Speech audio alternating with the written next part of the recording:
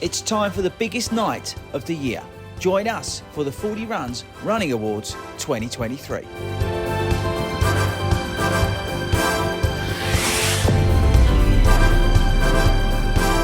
What is up, everybody, and welcome to the 40 Runs Running Awards 2023. These running awards are the only independent running awards in the world. They're independent because they're voted for by you. Every single one of these awards is voted for by you. Now we've got to give our award sponsor a big shout out. The guys at Start Fitness have been kind enough to sponsor this video. Make sure you get over to startfitness.co.uk and use the code 40runs where you'll get a nice cheeky discount. You're welcome. Okay people, so like I said, we put a poll up or votes up on the website and we got everybody voting, and it was amazing to see so many people vote and take part in these awards. And it is really, seriously, yeah, it's really important that you guys have a voice and we put that out there so the brands see it, the races see it, and everything else see what you guys, you everyday runners, are thinking. Okay, right, so let's smash through these awards. Now, how this is going to work, I'm going to tell you like the top 2, top 3, and the winner of each sort of sector or section or what do they call it? Category.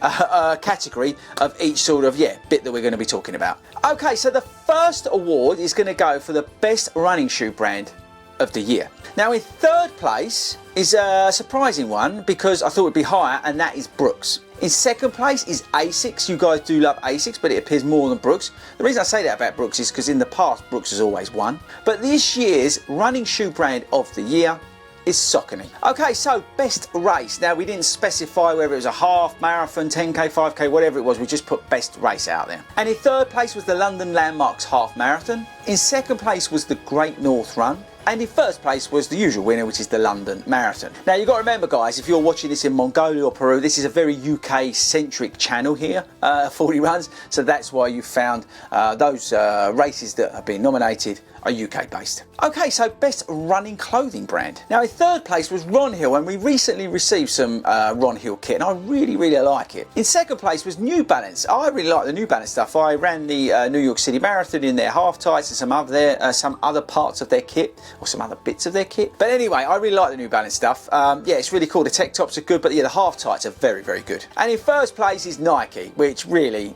is no surprise. Okay, bit of bling, people, bit of bling. Best race medal 2023. In third place is the Great North Run, which I think actually is probably one of their strongest race medals they've had for a long time. In second place was the London Landmarks Half Marathon. Now, the London Landmarks Half Marathon do some cracking medals. They do the different landmarks and they come out really well. I'd recommend, if you get the chance to do the London Landmarks Half, I'd strongly recommend it. And in first place, London Marathon again. They give you a massive bit of bling. Now, me personally, controversially, I actually prefer my New York City Marathon medal over my London Marathon medal. Okay, so favourite running shoe of the year. In third place was the Saucony Endorphin Pro 3. Now, Pro 4 is here or coming, I don't know when you're watching this, but the Saucony Pro 3 was voted in third place. Next up, my old favourite, the Adios Zero, whatever it's called, Pro 3. Absolutely love that shoe, best marathon shoe out there, hands down. That's in second place. And the winning shoe, which I think is probably down to me, is the Adidas Boston 12. I absolutely love that. I think that's one of the best running shoes being brought out for many years. It's a great shoe, it really, really is. Okay, next up, best race finisher t-shirt. Now, we all like a good race t-shirt to show off to everybody. I particularly like my New York City Marathon one. I've been sort of sleeping and living in the thing. But in third place, now this is a bit of a random one, and I wanted to give it a bit of a shout out because it got quite a few votes, was the Chester Marathon.